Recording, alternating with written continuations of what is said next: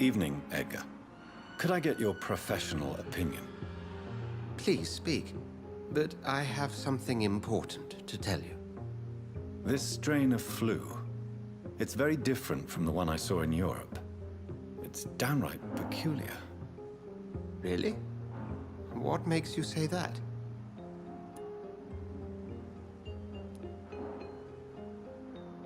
I've just looked at the blood of one of our recently deceased. I see. Do you have anything more to go on? This disease spreads and looks like the Spanish flu, but its effects differ greatly. The London strain is different from the continental one. This is very interesting. Did you find something else? Yes. Unlike the flu, the infected begin to show an increase in outwardly aggressive behavior. More than simple agitation. Once docile people become violent. You mean like rabies? Is there a chance we could create a vaccine, Jonathan, like Pasteur? By the stove, that would be smashing. There's a lot we're not seeing here. But it is spreading, and quickly. If we don't act, the whole city could be lost. But Jonathan, we've a fantastic opportunity sitting right here in front of us. A weapon of choice. What on earth do you mean? Why, you, my dear boy. With your expertise and your blood, we could isolate the properties that course through your veins. Think about the possibilities.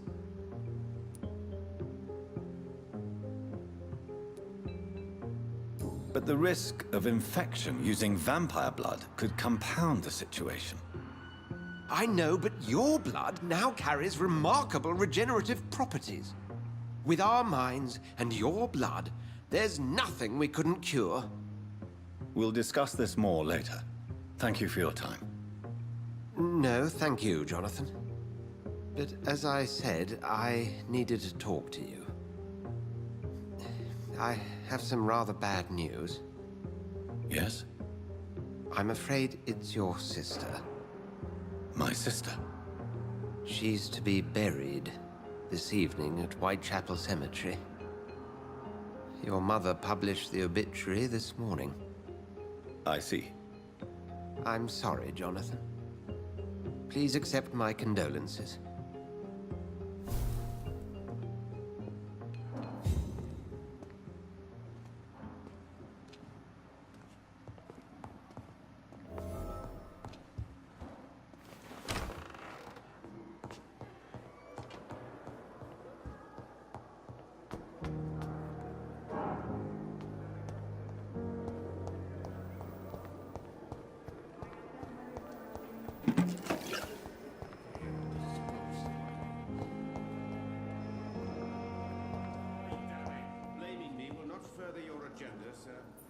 I'm quite busy right now, Dr. Reid.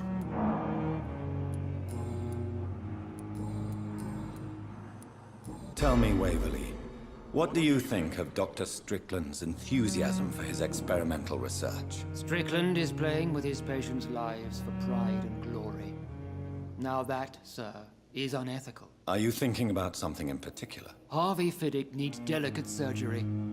I believe we should stick to the usual procedure, but my young colleague obviously disagrees.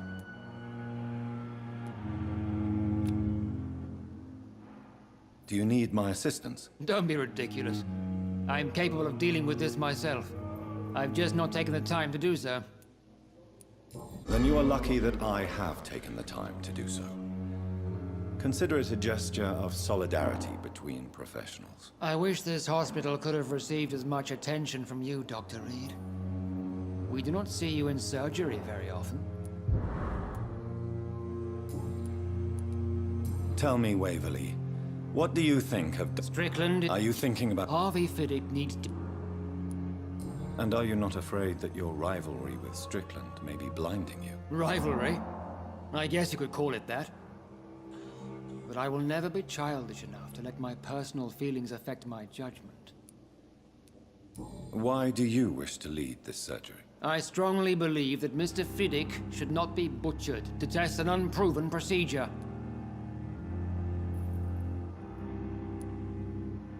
Other people may say that's too conservative a point of view. Conservative?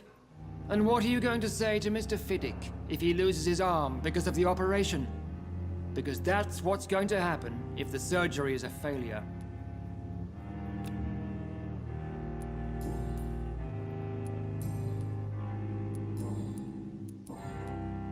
Thank you for your time.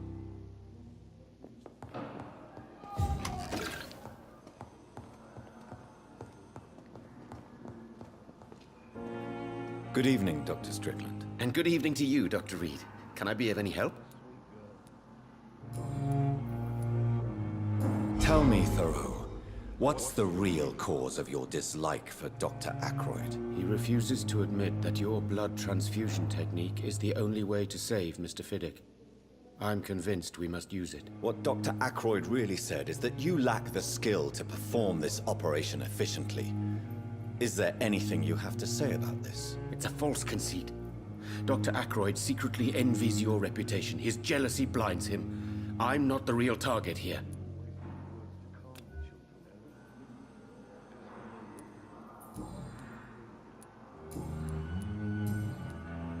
Goodbye, Dr. Strickland.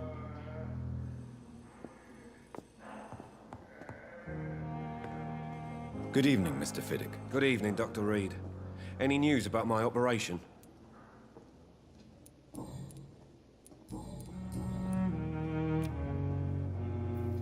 Is there anything else that's bothering you? Can I help in any way? Really? Why has no one else asked me that since I got here? I thought I was in a hospital. Unfortunately, you are not the only person who needs help. And complaining about it won't do you any good. Well, perhaps you're right, Dr. Reid.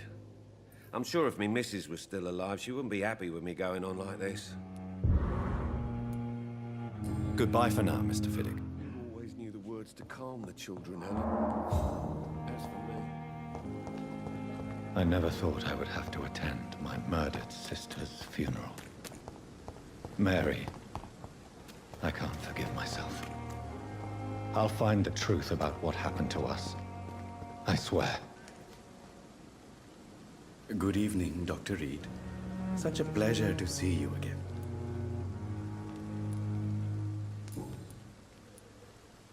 Tell me the truth about your appointment as a medic during the war, Rakesh. The regiment administration appointed me by mistake.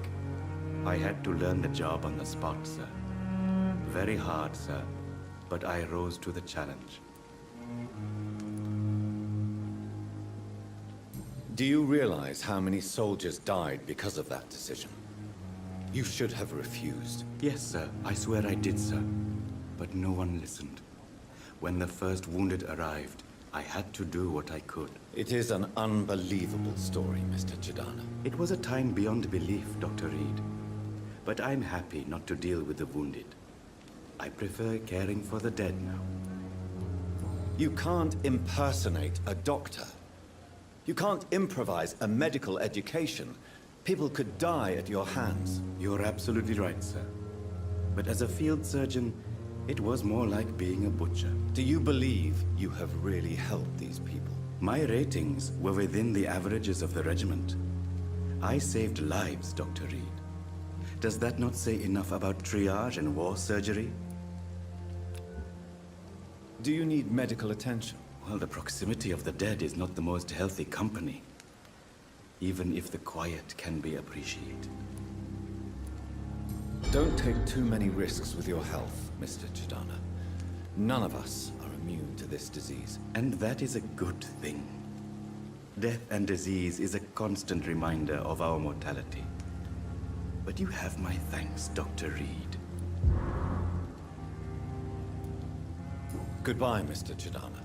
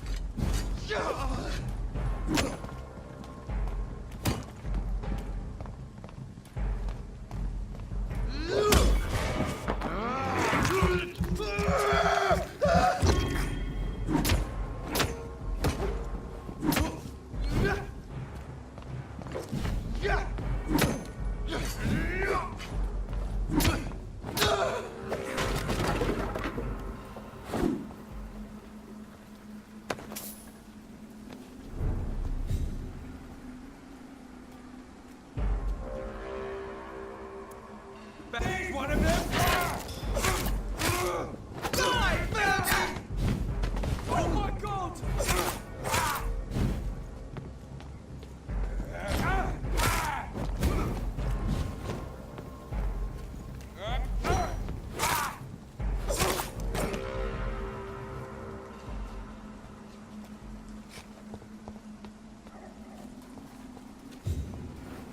My dear sister, I don't know if I have the strength.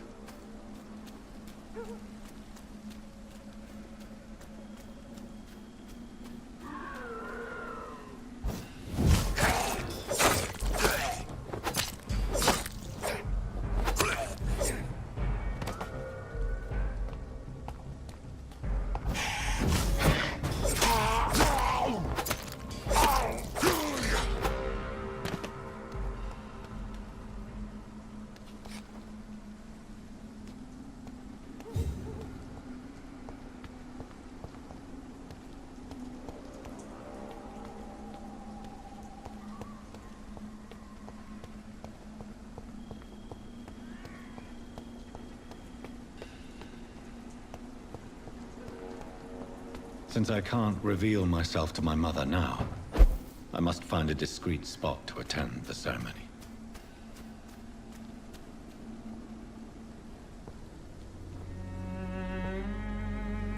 I am the resurrection and the life. He that believeth in me, though he were dead, yet shall he live. And whosoever liveth and believeth in me shall never die. We commend unto thy hands of mercy, most merciful Father, the soul of our sister departed, and we commit her body to the ground. Earth to earth, ashes to ashes, dust to dust.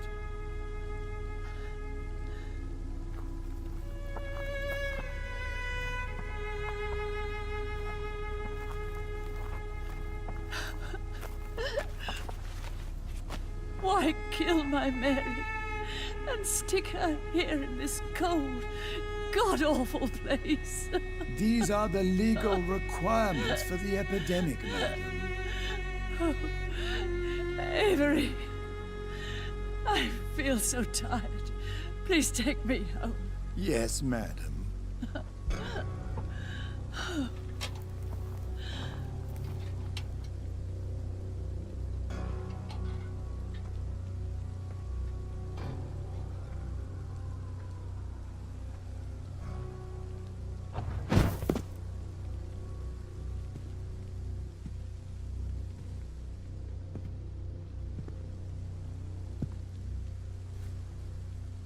Oh, Mary.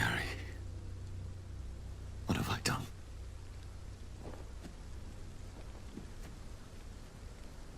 If I could only change one thing. One thing. This is a nightmare. Jonathan, there is nothing you can do but accept it.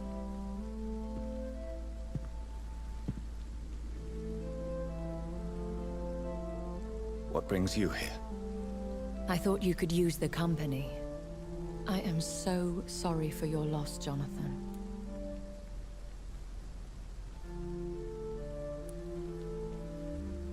She was a good person. Vibrant, full of life. She was kindness incarnate, my Mary. You're a good person, Jonathan. And a young Ekon. A newborn cast into the night without so much as a candle to guide your way. She had been scouring the most dangerous parts of London in search of me. And it led to her death. Jonathan, don't. I still hear her last thoughts. They echo in my head. Her mind shattered, and it haunts me. Jonathan, stop. Listen carefully. You must come to terms with this. You must learn to live with what happened.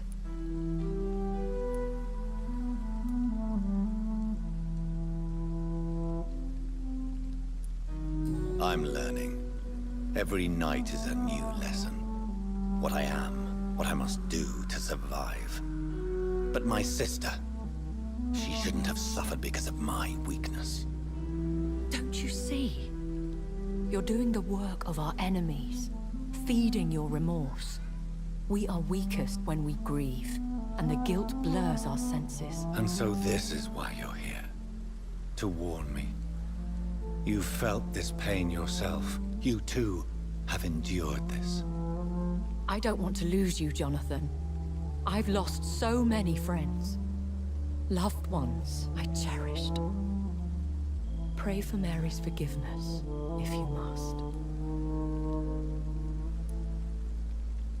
Thank you, my lady. I will. Good. But be careful. If I found you here, others may too. What should I do then? St. Mary's Church is not far from here.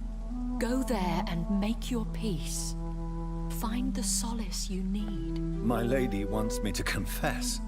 No, Jonathan. It's you who wants to confess, I think.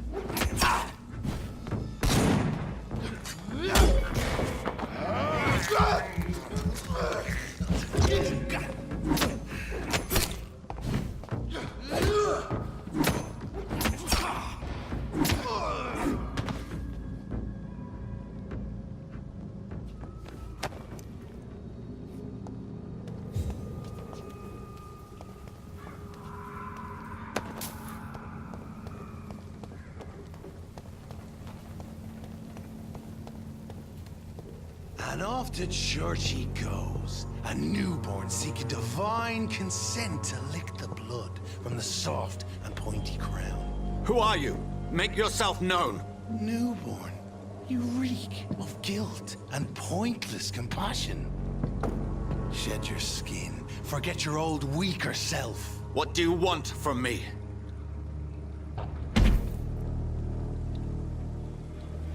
Ascalon does not approve of lone wolves who bring unwanted eyes to our pastures. So your name is Ascalon?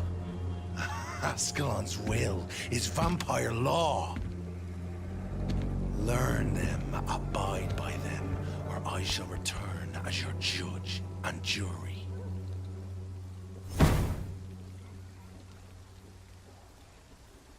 These immortals try my patience with their plans and unsolicited counsel.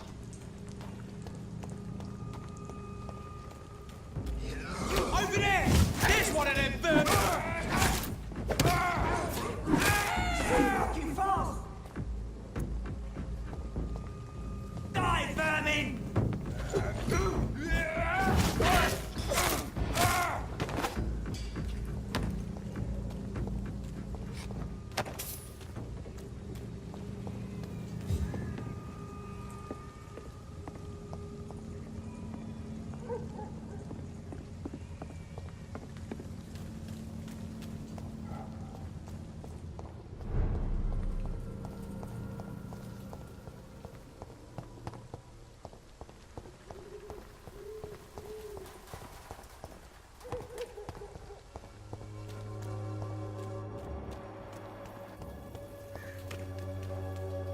Good evening, Doctor.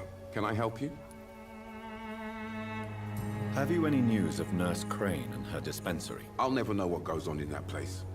But as long as people are getting better, I'll stop investigating her.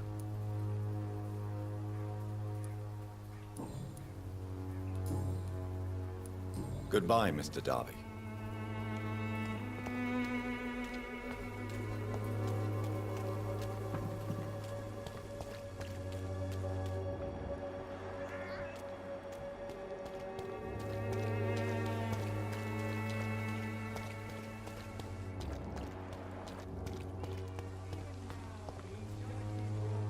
Good evening, Christina. Change your mind, Mr. Reid? Could this be the scarf you lost, Miss Popper? It is much more than a scarf to me. It is the only thing that connects me to my family and my country. Thank you so much.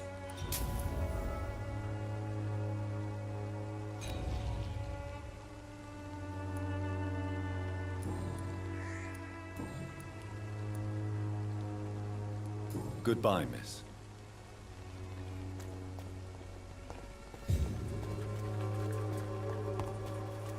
I should never have taken up my father's business.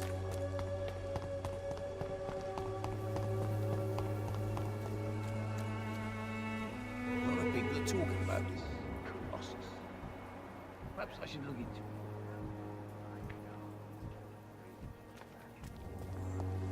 Who distribute flowers?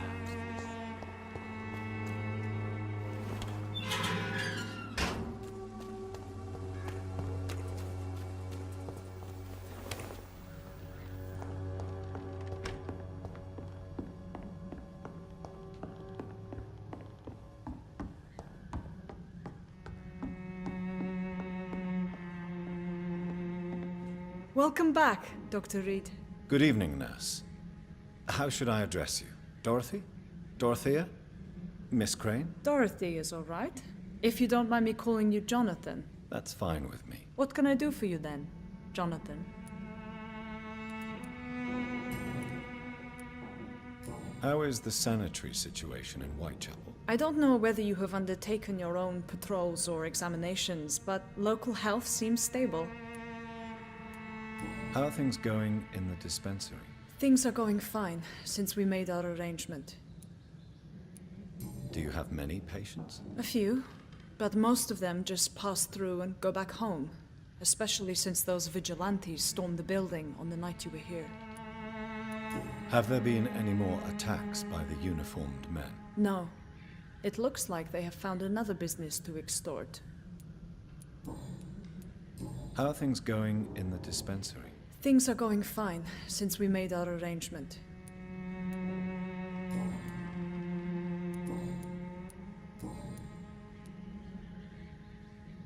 Do you need medical help, Dorothy? I'm a professional nurse. Rest assured, I'll ask for your help if I need it. Are you not afraid of dying? The epidemic is deadly and very contagious. I'm more afraid of being locked in a cell. I've seen what most hospitals do to the sick staff. They keep them hidden to avoid panic. Do you trust me? You forced me to resign after you caught me trying to save a dying patient. Of course I trust you. You're a blackmailer, just like me. I hope you've stopped jeopardizing this facility with your illegal business, Dorothy. Yes, I have. Most of the time. But the blackmail money is too useful to stop it completely. I just target less dangerous people. Who is the current victim? I would rather you did not know. You are my client, not my accomplice. Besides, I'm much more cautious since the first time you found me. Why did you blackmail Lady Ashbury? She's a generous person. You could have asked her for money directly. She killed those patients, I'm sure of that. I know you like her, but that gingerhead has a taste for blood. Tell me about yourself, Dorothy. There is not much to say. My real name is Dorothea Crasciunescu. I was born in Romania, and I may have been the best nurse Pembroke ever had, before you fired me. Do you regret your time at Pembroke? I miss the energy. There was so much to do, so much to learn. Even though I was double-crossing the board, I felt I was part of something worthwhile there. Do you think about going back to Romania? once the war is over and the epidemic here has been contained. Jonathan, this war will be over long before you will see any improvement in Whitechapel's sanitary situation.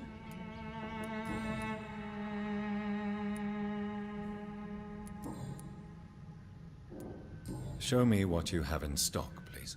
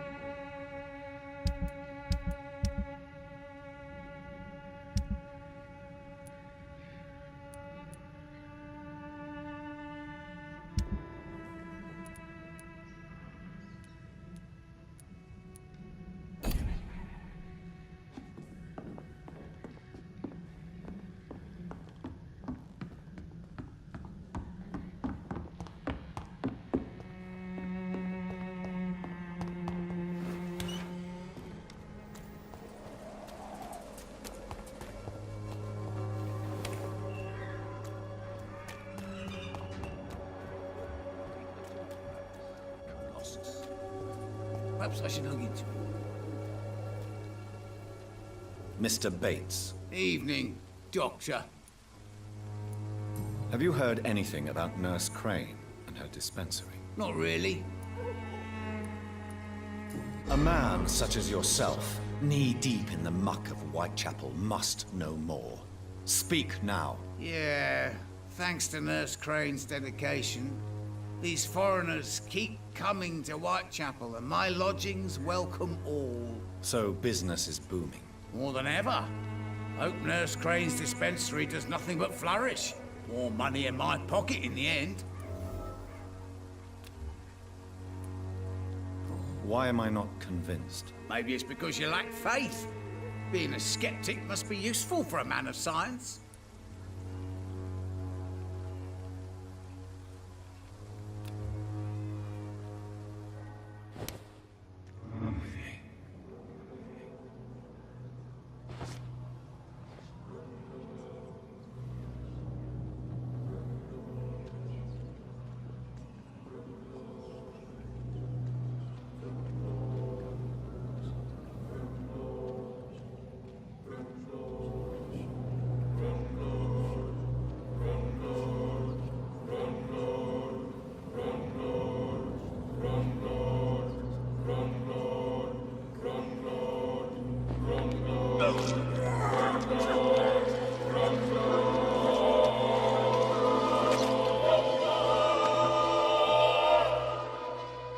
Was I that evil to deserve such punishment?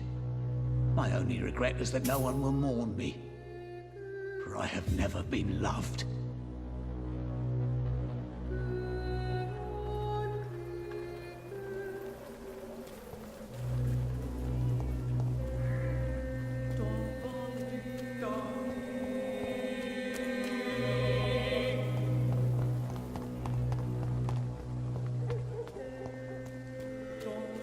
Joe, please, I don't have your money. The walls of your home will not protect you. For there is no protection.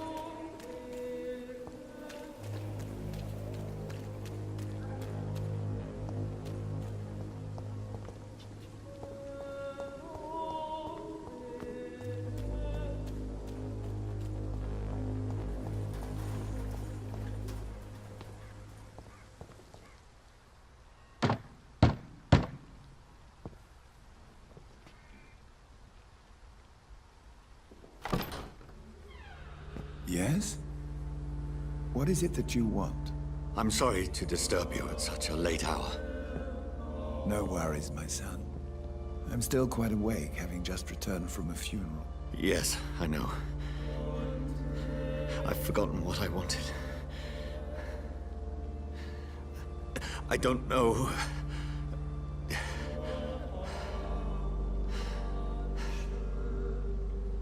May I help you, child? You seem somewhat perturbed. I haven't the strength to cross the threshold. I wish to pray, to cleanse my soul. The church is shut, by order of the bishop. But I'm still the vicar of St. Mary's, if that is any use to you, my son.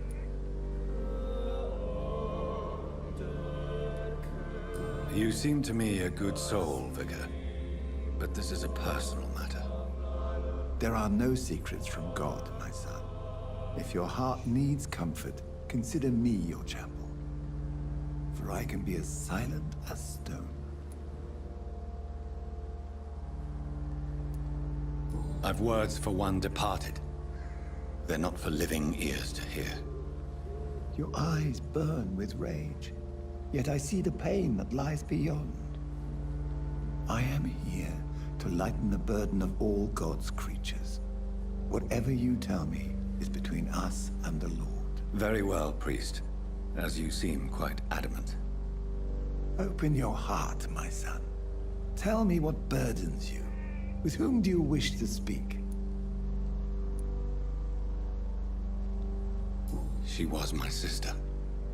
You seem so troubled by the loss of this girl. What happened to her?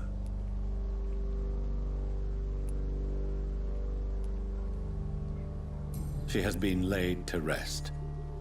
That's all you need to know. I see. And how are you feeling, my son? I feel responsible. The pain is consuming me. I have a final question for you, my son. This is of the utmost importance. Ask your question, Vicar. What would you like her to know?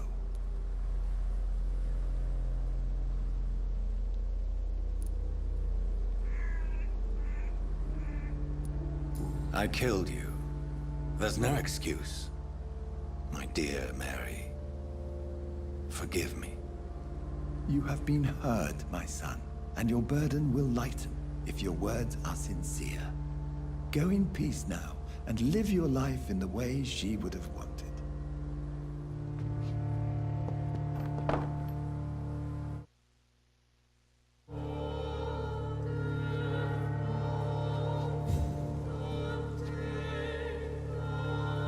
Whatever happened on this dock is between my sister and I. It does not concern God at all.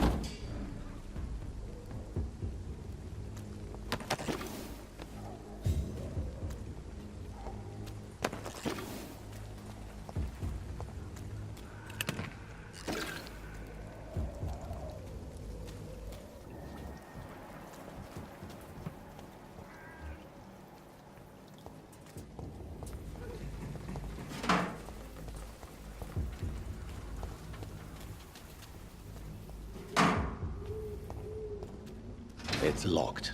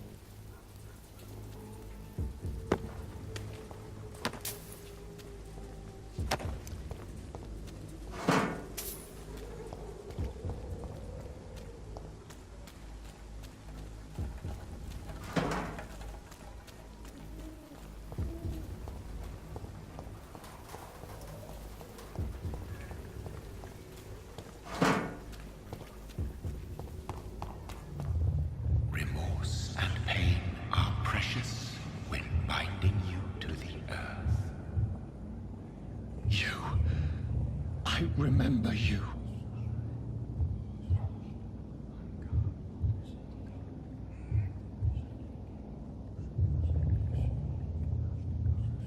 Fear be gone. I would harm no child of my making. This is your doing. You made me. Made me this creature. What are you? I am the land. You are our champion. Tell me what you are. I am the whitened bones and blackened soil. The land made blood coursing through thy veins. What is it you seek? This age is sickly. An ancient poison, an older rage, brewed in a cauldron newly forged. This has something to do with the epidemic. Seek truth, my champion. Defeat the serpent of knowing with iron spur.